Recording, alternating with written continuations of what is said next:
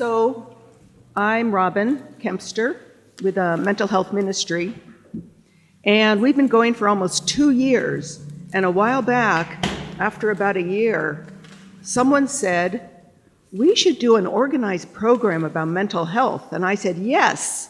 And I said, who can do it? So Kerrie has risen to the occasion with this spectacular 6-session mental health promotion seminars, and I'm so thrilled about this. So I'm going to read what about Kerrie, so you know who she is. Maybe you've seen her. She's a member of First Church. She began attending about a month before the fire, and in that first month, attended a mental health meeting as we were just applying to become a ministry. She has been with us ever since.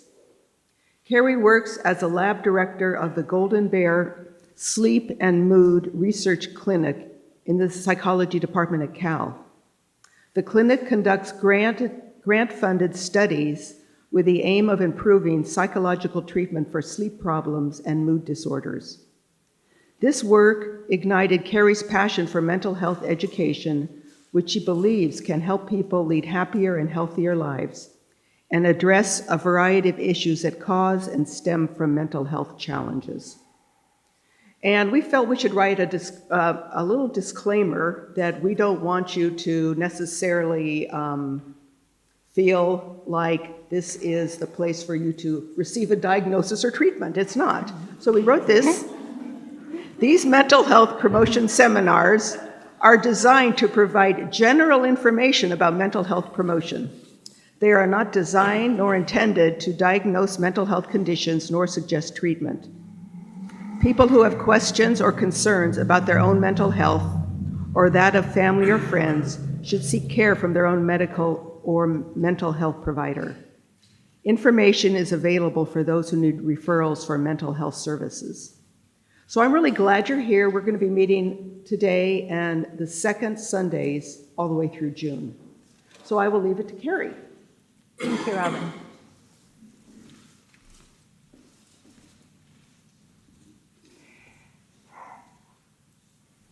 Let's begin by taking a look at the relationship of mental health and our faith.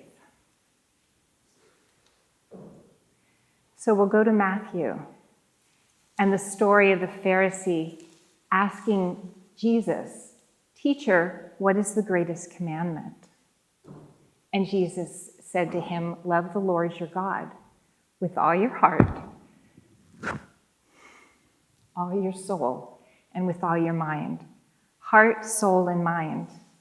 These are all elements of our mental health. And that's what we're doing here today, learning about our mental health so that we can fulfill this greatest commandment. And then Jesus went on, and the second is like it. Love your neighbor as yourself. Love, a feeling that comes from our tender, wounded, vulnerable, and broken hearts. If we are going to open our hearts and love, then we have to heal the places in our hearts that are closed and hurting. And when we talk about healing our hearts, we're talking about our mental health, because love is an emotion, and feeling, understanding, expressing, and regulating our emotions are a large part of our mental health.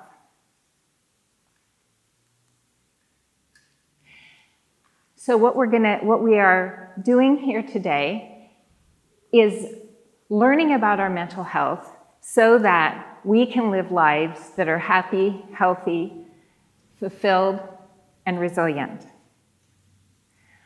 We are going to cover a lot of information today, and we'll have a discussion time at the end. So I'm going to request that you hold your questions for the discussion time at the end. I'm going to begin with a little history. It seems like you come in here, and it seems like we're all of a sudden talking about mental health. You walk in here and there's all these brochures about mental illness and treatments. all these memoirs written by people who've experienced mental health disorders and want to share their stories. You're hearing about mental health and mental illness in the media all the time. In fact, not a day goes by that we don't hear more about the opioid crisis. So how and when did this happen? In the United States, we've adopted a public health perspective on health. That means that we've tasked our government with looking after the health of our nation. And what we do is try and prevent disease and promote health. There's a number of agencies that you're probably aware of that we've specifically given this job to. For example, the Department of Health and Human Services, the National Institutes of Health, the Centers for Disease Control and Prevention. I'm sure you're aware that you've been the recipient of many educational campaigns by these various agencies. The Food Pyramid, Presidential Physical Fitness, anti-smoking campaigns, the requirement that you have to be vaccinated to attend school, or that maybe you have to have a TB test in order to start a job.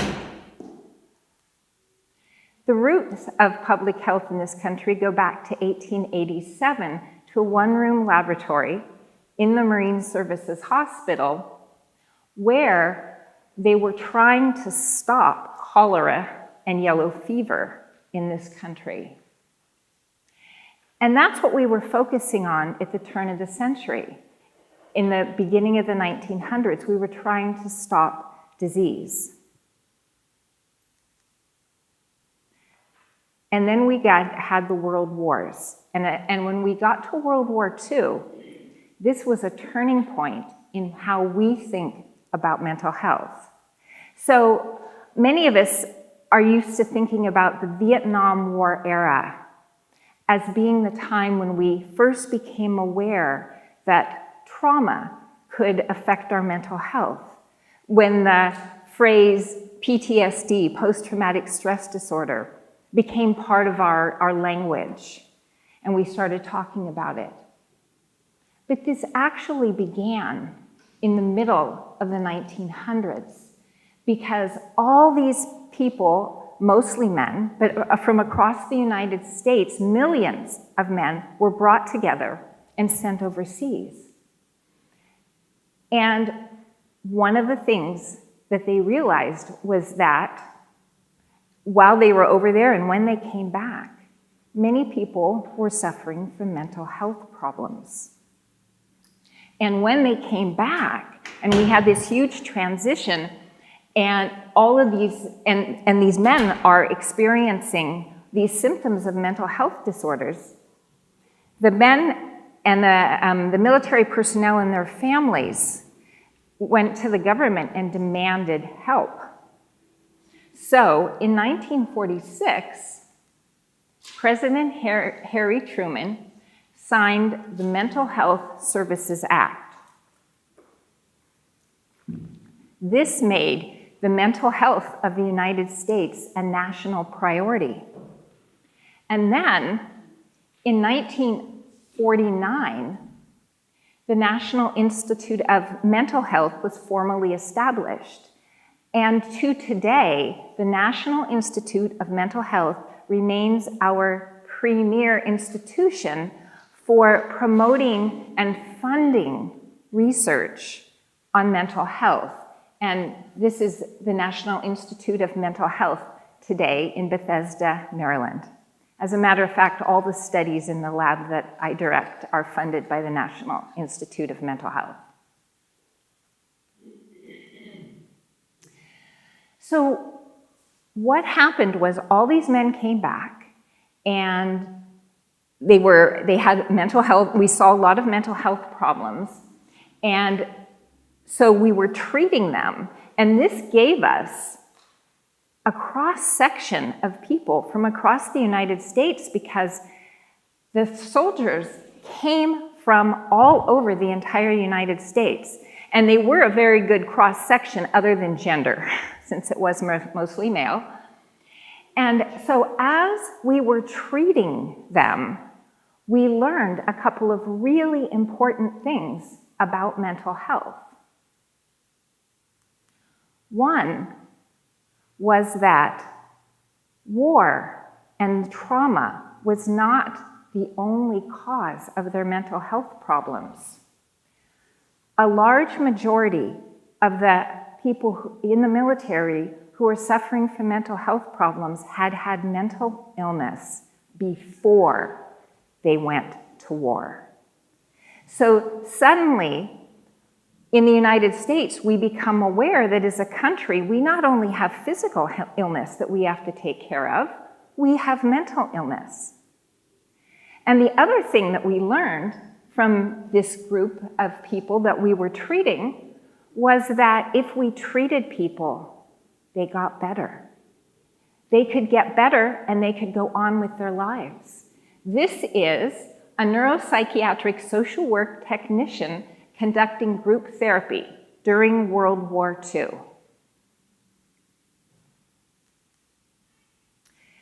So over the next 50 years, so this is all starting the end of the 1940s, so the next 50 years in the United States, we're conducting research on mental health.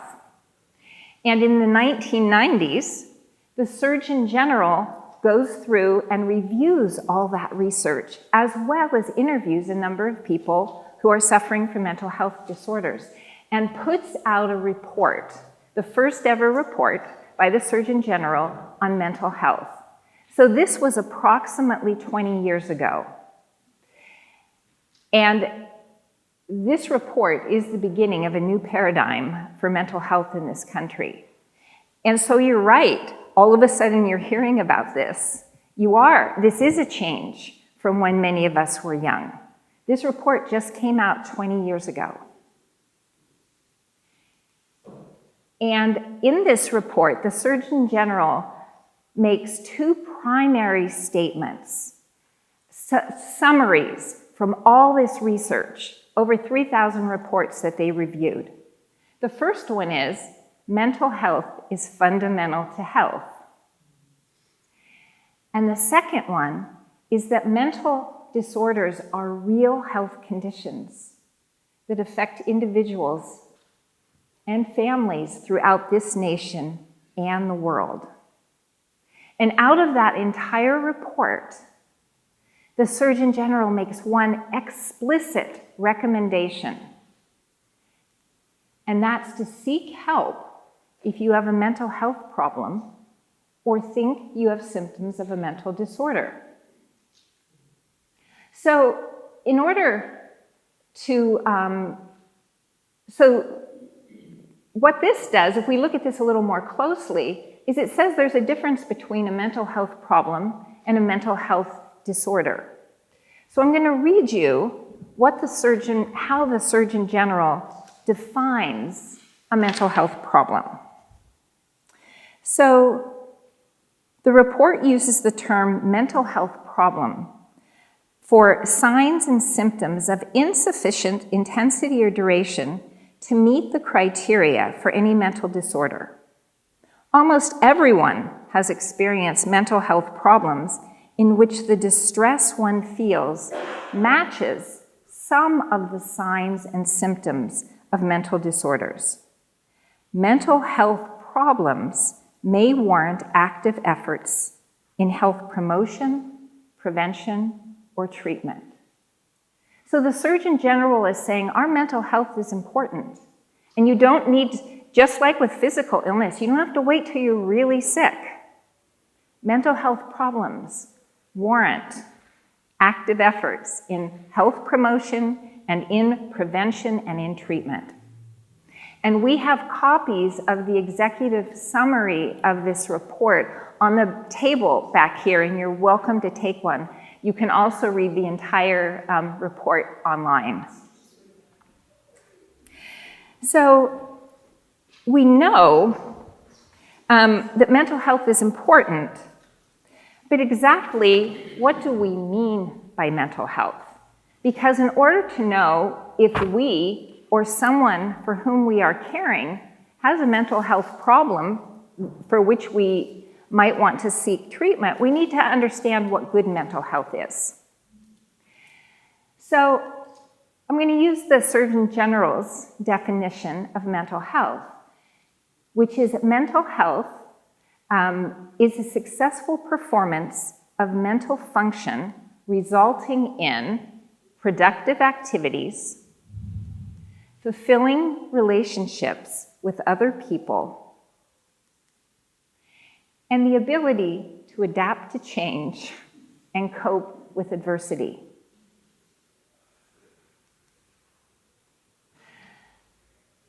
So, what would that mean for me or for you? So it would mean we're looking at our mental function, which is our mind, our emotions, and our behavior. Am I able to do everything I want in my life, or is there anything in my mind, my emotions, the way I feel, or my behavior that's keeping me from doing anything, or from being as productive as I want, in the ways that I want in my life? Is there anything in those areas standing in the way of fulfilling relationships with other people that we all need and long for?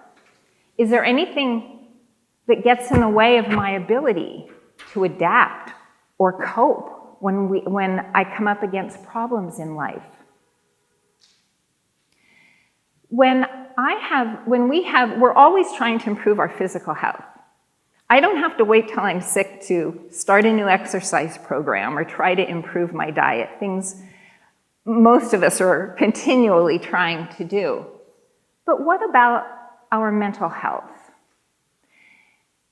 For example, if I don't maintain my relationships and I get really lonely, that loneliness puts me at risk for a mental health disorder.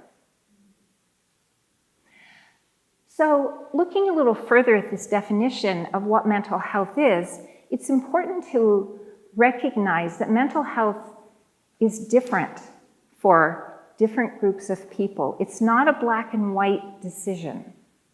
As an example, depression in a Southeast Asian community, depression is frequently seen as a social problem or an emotional response to a situation. Whereas in European American culture, depression is usually viewed as a disease or a problem that needs treatment. So let's look at some more mental health problems. Imagine that you find yourself becoming really frustrated and crabby and crotchety, and your family is telling you to stop snapping at them, or just get over it. Or maybe you find yourself having trouble sleeping. Perhaps you find yourself being sad at a certain time of day. Or maybe you've lost interest and pleasure in things that you used to enjoy. Perhaps you have intrusive thoughts that are just bothering you all the time and you can't seem to stop them. Or maybe you find yourself having panic attacks out of the blue for no reason, that all of a sudden within 5 or 10 minutes you are having trouble breathing, maybe you feel like you're going to die, you get really scared. Or maybe you know someone, a friend or a family member, who you haven't been able to get to leave the house for the last 3 or 4 months. Perhaps your child or grandchild, who used to get all A's, is now getting B's and C's. Would you consider that that person is experiencing a mental health problem? Would you call your insurance agency and ask for a referral to a psychologist or an MFT or an LCSW or a psychiatrist to get some help with that problem? I knew a woman whose mother had died, and she found herself getting really angry at her mother-in-law. And after a while, she got worried about this because she'd had a formerly good relationship with her mother-in-law. So she went to Kaiser, and she got an appointment in the psychiatry department, and talked to a counselor who said, I think you're experiencing symptoms of bereavement, and recommended that she go to a grief group. So she did for a few months. She went to a grief group and talked with other people, and over time came to accept the death of her mother, and those symptoms that she was having, the anger subsided, and she was able to regain the good relationship that she had with her mother-in-law. In another example Becky Wright shared with me, Becky Wright, as many of you know, is a counselor who's a member at First Church, and she has a very high-functioning couple who comes to see her for couples counseling. And they describe coming to see her as taking vitamins for their relationship, rather than waiting until they have a pathological problem in their relationship where they need medicine. They're trying to keep their relationship healthy and strong. So it will help us to understand when we might need help for a mental health problem by looking at the spectrum of mental health, from mental well-being to mental illness. So I'm going to pass out, Robin's going to pass out, a set of slides, and this is a copy for you to keep, because I think these slides will really help you to understand when and how you might get help, and when you might need help and get help for a mental health problem. So these slides actually come from the Canadian mental health system. Their public health department in their government is doing very much the same thing as ours is in terms of looking after the health of the nation and recognizing mental health is important. And I was trying to create this exact kind of slide to show you this spectrum when I found these slides at Queen's University in Canada in a PDF available to download, so I'm using them. And so they're calling it the mental health continuum. So we're going to walk through the continuum. And the beginning of the continuum is when we're healthy and we have normal functioning. The next stage of the continuum is common and reversible distress, problems that we all experience. The next stage is injury, where our functioning in our lives is starting to get impaired. And the last stage is is illness, meeting definition for a clinical disorder in such a way that we're having ongoing impairment. And as you can see, it's a spectrum. We can go back and forth on this spectrum. So we'll look at each category in turn. So healthy, we all have normal mood fluctuations. Everybody gets up on the wrong side of the bed. Everybody comes home from work totally frustrated sometimes. We all get sad at loss and things that we see happening that are sad. But we take things in stride. We talk to a friend, we go relax, we do different things. We continue to sleep, we're physically and socially active, generally self-confident and comfortable with other people. The next stage is reacting. And again, this is pretty typical. All of us become irritable and impatient at times. We are nervous when we have a big project coming up. We get sad at sad things. We get worried. Somebody in our family is sick. We worry about our kids, our family members. And when those things happen, many of us procrastinate, can be a little forgetful. All of those things can help cause us to have a few nights of bad sleep, to be tired, have trouble relaxing, have thoughts, that just seem to go round and round in our mind when we're trying to go to sleep. And when that happens, we might say, forget it, I'm staying home and watching movies this weekend. I am not going out and talking to anybody. That's pretty normal.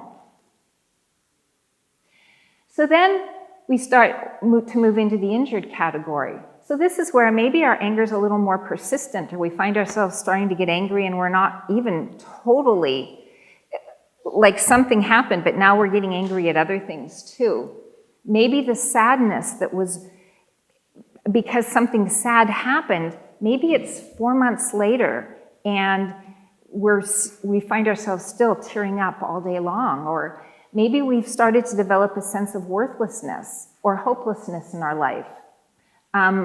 We're beginning to show the signs of this in our performance. We're missing some work, or we're missing meetings at work, or, because we've got a lot on our mind. Maybe our sleep, we're having trouble falling asleep, or we're waking up a lot during the night.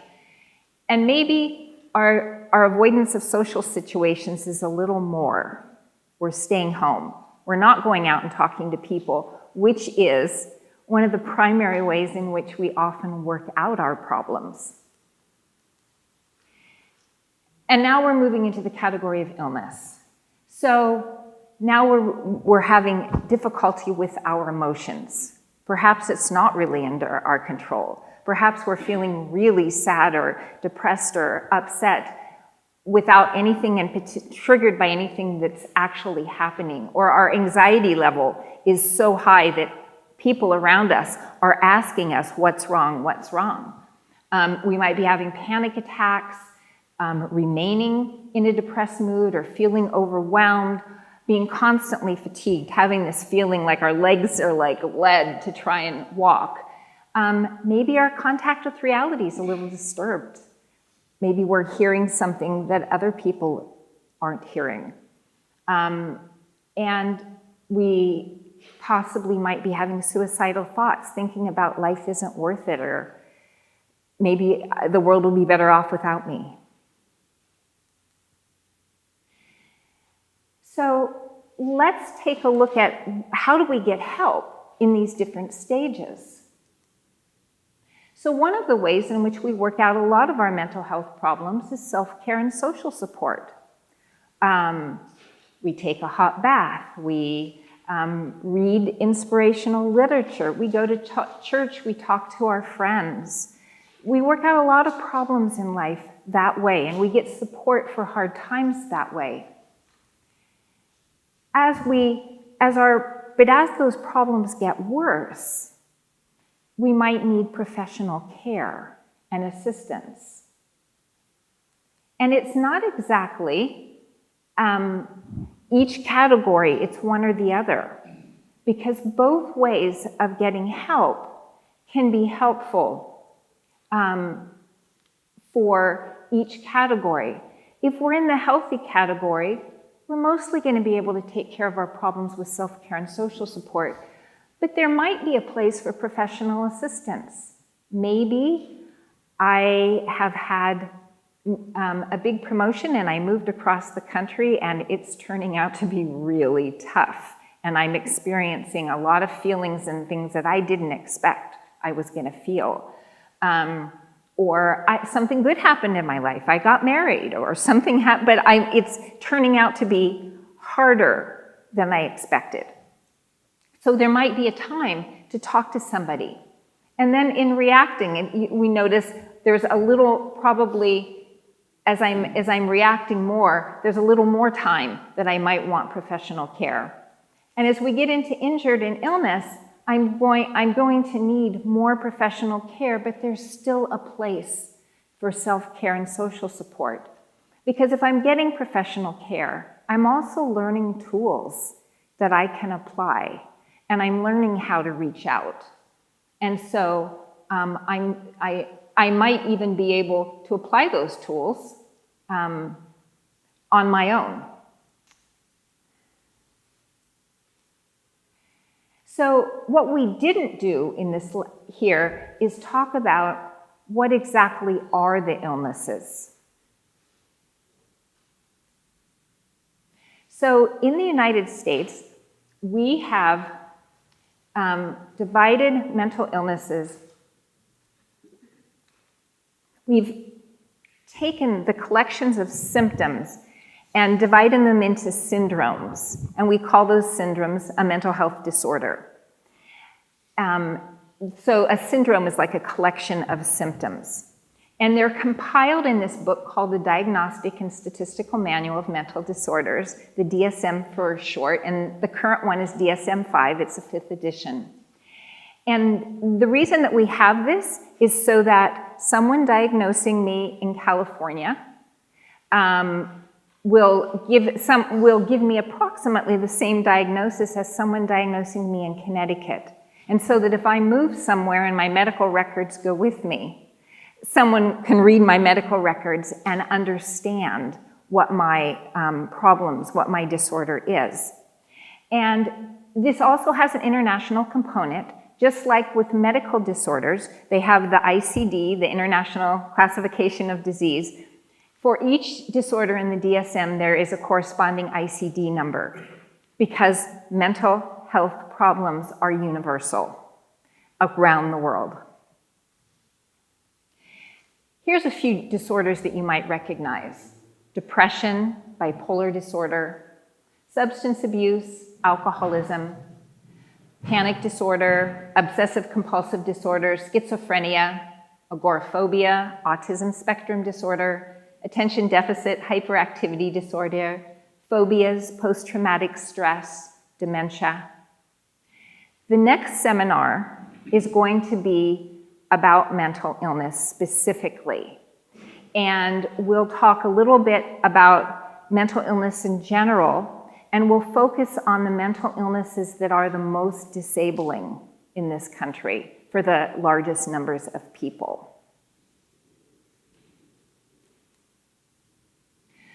So what we're interested in today, though, is in looking at what is mental health and why should I care, is how likely is this to affect me? How much should I be concerned about this? So these are some statistics from, we're going to look at 3 slides. The first one's about adults, and the second 2 are about young people. And the data here are from the National Survey on Drug Use and Health, and this is a yearly survey where about 70,000 people are called up and asked about their mental health. And this data is from the Substance Abuse and Mental Health Services Agency. So we're not going to look at this side because this is about demographics, and that's a much longer discussion than we have time for today. But we're going to look at the prevalence of mental illness. And this is the prevalence of any mental illness among US adults in 2015. So this is any mental illness, meaning from something that's mild, I'm still functioning fine in the world, but I'm having some problems, all the way to severe mental illness. And and when we're looking at whether or not you experienced a mental illness in the last year, we're talking about your mental illness could be 2 weeks, or it could be 2 months, or it could be a year. So looking at that whole picture of mental illness, any mental illness in a year, overall, about almost 18% of us will experience some mental illness in the course of a year. And now the numbers here are actually a little higher. And the reason that the numbers are a little higher is because when you're doing a survey, there's certain groups that you can't reach. And some of those groups are people who live in institutions, particularly prisons, people in the military, and people who are homeless. And among all those groups, there's a high percentage of mental illness. In fact, it's higher than in the general population. So all of these numbers are actually a little bit higher because they're not including those people. But then let's look at the breakdown between male and female. If you're female, you have definitely a greater chance of having a mental illness at any given time. Because in this year period, 2015, approximately 21% of women had a mental illness and approximately 14% of men. Yeah. My impression that women are more likely to go for help than men, particularly for mental illness, and so I'm wondering if there isn't a slight skew there. You know, that's a very good point. That I don't know that for sure, but that is something that we could look up. Yeah, yeah. Do you know? It is true that, that self-reported women is different than self-reported men. Yeah, yeah. Well, there you have it. And Carol's a psychologist, so the perfect person to answer your question. And then I want to just show you the age differences. So 18 to 25 years old, about 22% have experienced a mental illness in the last year. 26 to 49 years old, a little bit lower, about 21%. And 50 and above, definitely there's a drop. We're down to 14%. So that's 14 out of 100 people. Still pretty high, but have experienced a mental illness of some kind in the last year. So one good thing to note, as we get older, many of our faculties decline, but our ability to mature and grow and learn emotionally remains strong till the very end of our life, and there's research demonstrating that. So, all right, so this next slide is we are looking at kids here, particularly 13 to 18 years old. And this slide is from the National Comorbidity Survey, and it's about for adolescents conducted by Harvard University. So again, we don't have time to talk about demographics, but just looking at the prevalence. So what this is we're looking to 13 to 18-year-olds and how much mental illness they have experienced in their life. This is lifetime prevalence, not the last year, but in their entire life. How many have experienced it. And this survey was done in 2012.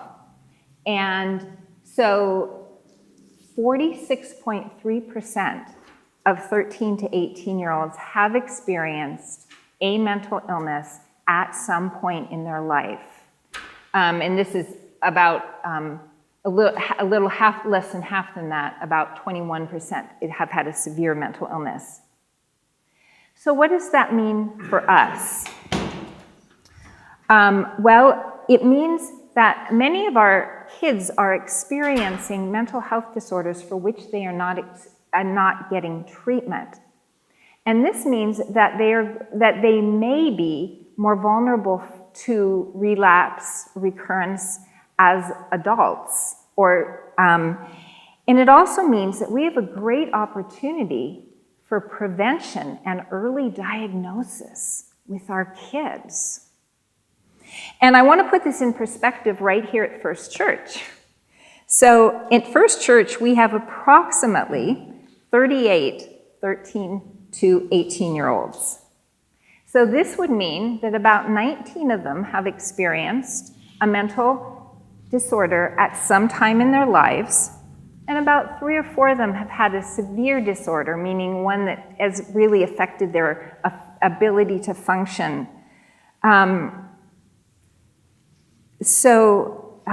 Let's look at some specifics here in terms, let's look at some specifics about which disorders kids are experiencing. So this is another chart. This is from the Center for Disease Control. They do a health and nutrition survey. And so this survey is a little different age group. It's 8 to 15-year-olds. And it's done in 2012. So a note we need to make about 2012 is it's now 2018. And in the last 5-6 years, we've seen a great increase in internet addiction and cyberbullying and substance use among our kids. So those are all things that we're very concerned about, and they would affect these disorders.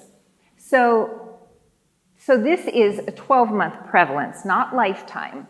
And it's saying that in the course of a year, about 13%, 13 out of 100, 8 to 15-year-olds are experiencing some mental health disorder in the course of a year. About 8 to 9%, it's ADHD. And about 4% is a mood disorder. About 3% is major depression. And I want to think about that for a minute, because major depression tends to recur throughout life. If you have one episode, you're very vulnerable to getting another episode or repeated episodes in your life. So diagnosing this, recognizing this in our kids and treating it gives them a much better chance to not have this affect their life. Because think about this for a minute. If you have a young person, particularly an adolescent, who is experiencing mental health disorder, this is the greatest time in your life for growth and development. If you're spending your time, though, dealing with mental health problems, especially ones that aren't getting treated, that's time that you're not growing. You're not necessarily out there maturing in terms of relationships and all the ways you need to mature. And if you have a young person who has a mental health disorder for 2 or 3 years that's not getting good treatment, then what happens when they're 18 and they're going to college or they're moving away and they didn't have all that developmental time? That means they're going to be missing some essential development or skills that they need when they get to that point.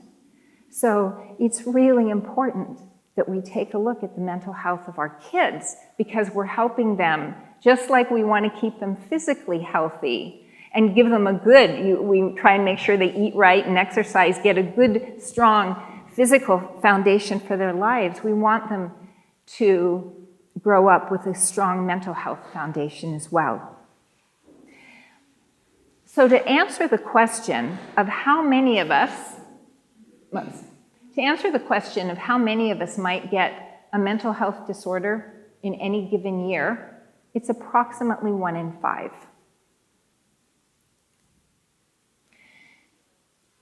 So one last point that I want to make, which is we have been talking about mental health and physical health as if they're two separate things.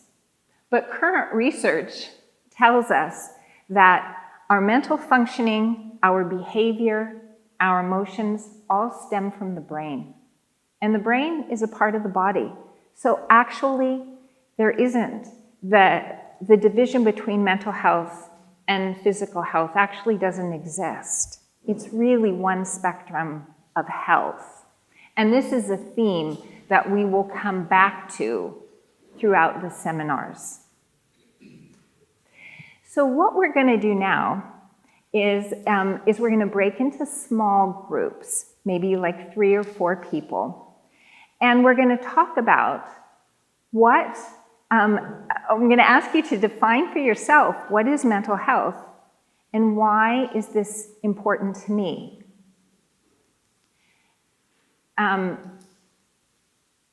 a reminder, the Surgeon General defines mental health as a successful performance of mental function resulting in productive activities, fulfilling relationships with other people, and the ability to adapt to change and cope with adversity. And we'll remember that the definition for mental health is going to be different for us depending on our geographic location, our cultural groups, our personal values, our religion. All of these things will affect the way we think about our mental health. So I will leave this definition up, and have you break into small groups. And then after we spend about 10 minutes or so talking about this, then we'll come back, and those who like can share what your definition of mental health is and why you think it's important, why you should care. And we'll also answer any questions. Sure. What the groups are supposed to talk about A little more? Well, I've given you a definition for mental health. That's not a black and white definition. And many people haven't really thought about what mental health is in their life. You know, it's only been recent years that this is coming out. So it's talking about, so what is mental health to me in terms of what I do in my life, in terms of my emotions and my feelings, in terms of my behavior, in terms of how I'm getting along with other people, functioning at my job, all those kinds of things. What does that actually look like for me? And then also, and why might that be important? And why it might be important might be in terms of what I think I need to do with that information, or, you know, it's also, and it's also important, we might also want to look at in terms of people that we're taking care of, whether, you know, no matter what age they are. And for example, taking care, if I'm caring for an elder, it might be really important for me to be looking after their mental health, as they tend to be prone to depression with all the changes in their lives. Does that help? Okay, great. All right, so we're going to take a few minutes to break into small groups.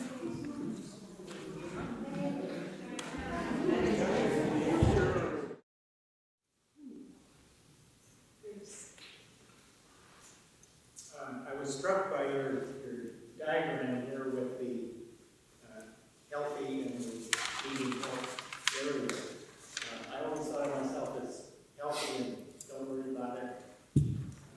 But in 1977, I was given a promotion to a pretty big job, and I wasn't sure I could handle it, and I started having panic attacks. I didn't know what those were. Never heard of them, as far as I can remember. But I went to a health professional who was employed by our company. And he had some counseling sessions with him, explaining what it was. He came to the house to talk to me and my wife to see if there was anything going on. And over a few months, I was able to work out the problem. But had I not known that this professional help was available, I would have been going down, down, down. So, thanks for the try. Anyone else? Oh, okay, so I'm getting to Karen and Alan, and they're standing by to correct me.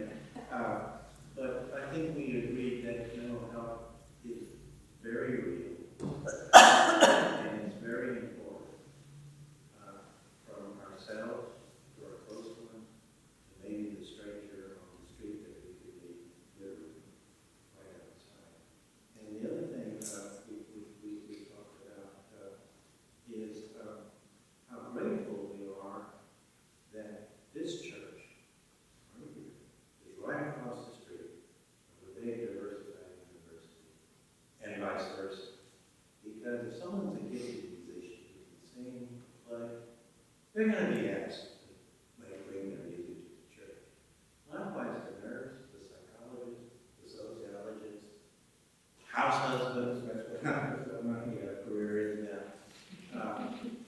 You know, it's all good, and especially when they come, like in our family, they come from a culture where certain things just aren't talked about, even in the family. Aunt May was back in John Sealy Hospital, Red Brick Lane, Hospital, University. So for you, in case you couldn't all hear Randy's voice was a little bit quiet. Tell me if I got this right, Randy. He was saying that he's grateful that we live in an area where talking about things is encouraged and sharing. Yeah. Anyone else? So I wanted to talk about sort of so I grew up in a household filled with trauma and abuse, and there's currently there was a movement afoot for a diagnosis in the DSM called developmental trauma disorder, and what that is folks when children are abused over a period of time during development, it's a developmental trauma. So as you're developing, you're experiencing trauma. There's been a movement afoot to get it into DSM, and it did not get into DSM-5. And I think it's a major issue that they say that 1 in 3 girls are sexually abused, 1 in 5 boys, and yet the DSM is really refusing to acknowledge that as a mental health and a public health issue.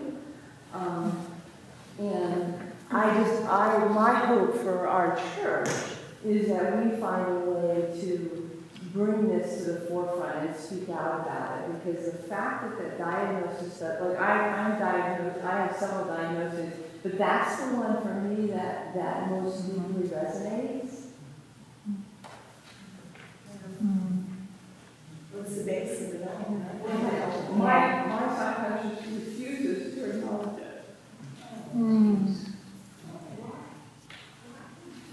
Because it's not in the DSM, and I won't recognize it. And I think it's a massive disservice to millions of people who experience developmental trauma and are not being treated as such. And I think it's something that really needs to be brought to the forefront and spoken about and some social action about, because I think, if developmental trauma was actually recognized, it would make a tremendous difference in a lot of people's definitions. I know for me it was personally. And I know that there are men and women who suffer from it, who don't even acknowledge it within themselves, much less within the medical community. So that's my hope, is that we can be active in that. Yes, and if you are at certain times aware of, or any of us, ways in which we can specifically take action on that, I hope that you will share that. Like all science, psychiatry and psychology is a work in progress.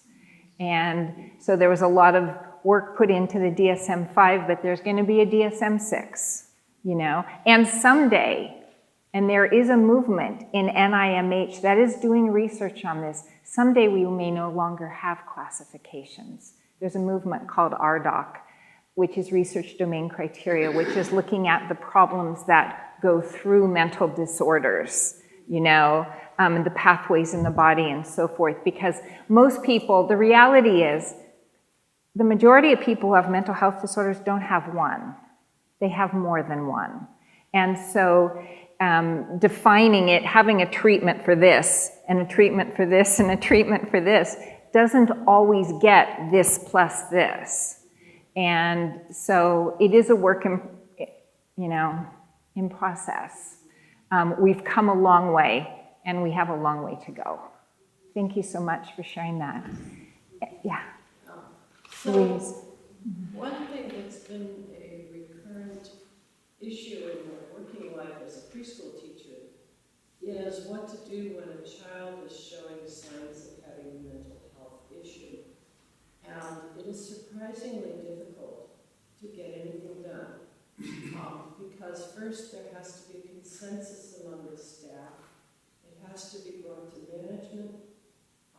And at that point, further progress depends on the willingness of whoever's in charge of the school to do the work involved in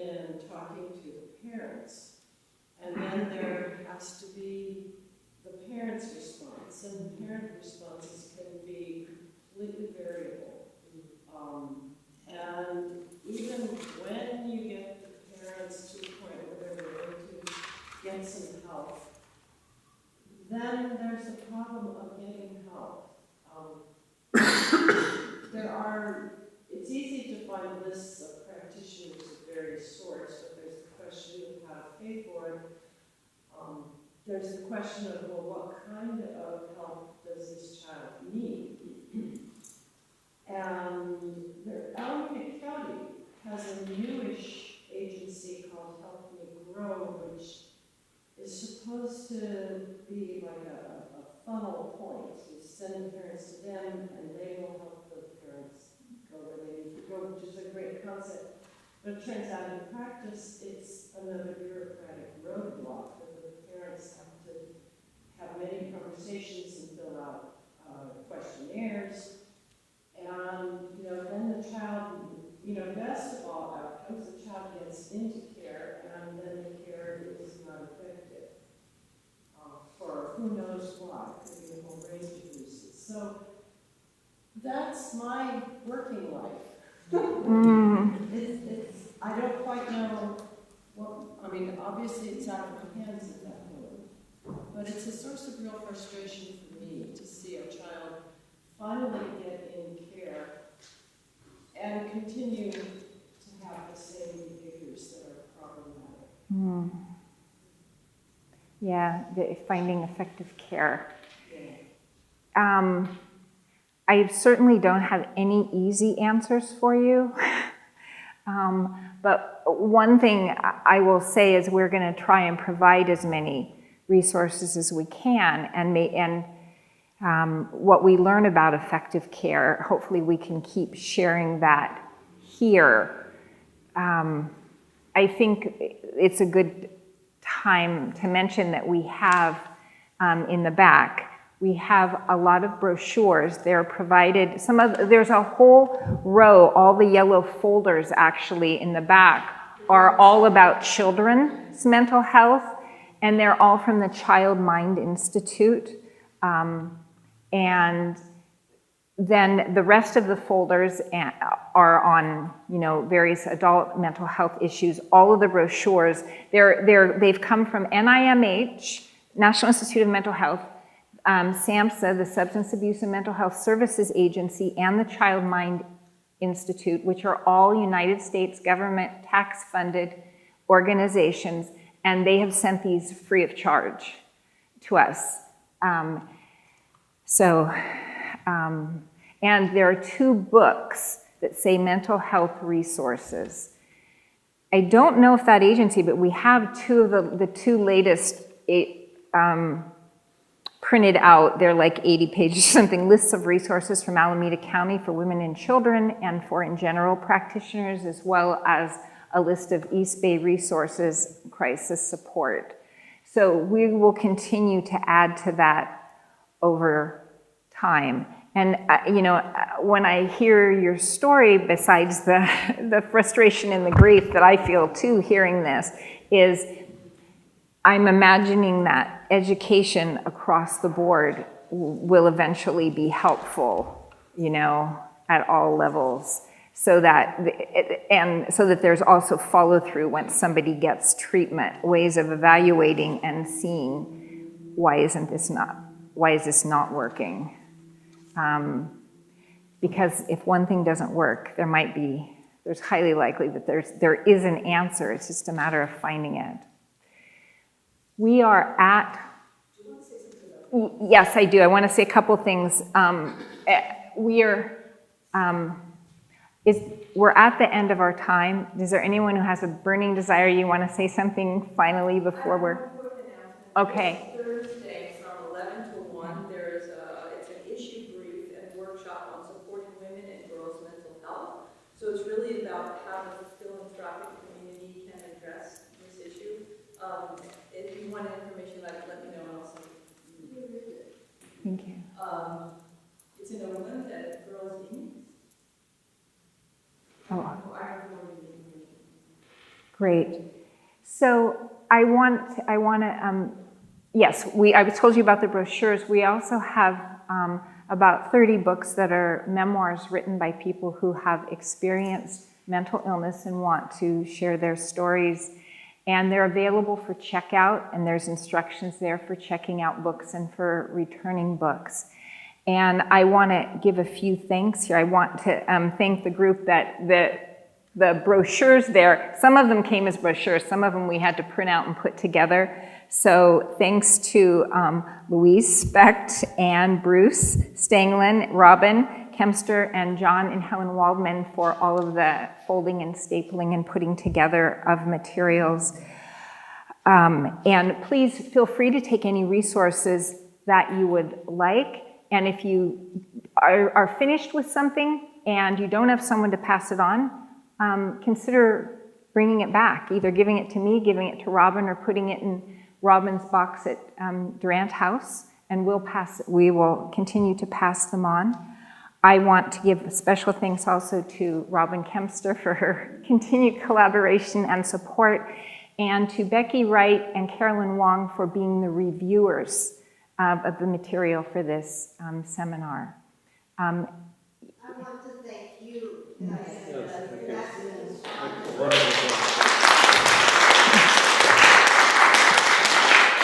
Thank you for giving me the opportunity. And I'd like to just close with a prayer. Holy Spirit, grant us the good mental health to be able to love you and each other with all our hearts, all our souls, and all our minds. Thank you.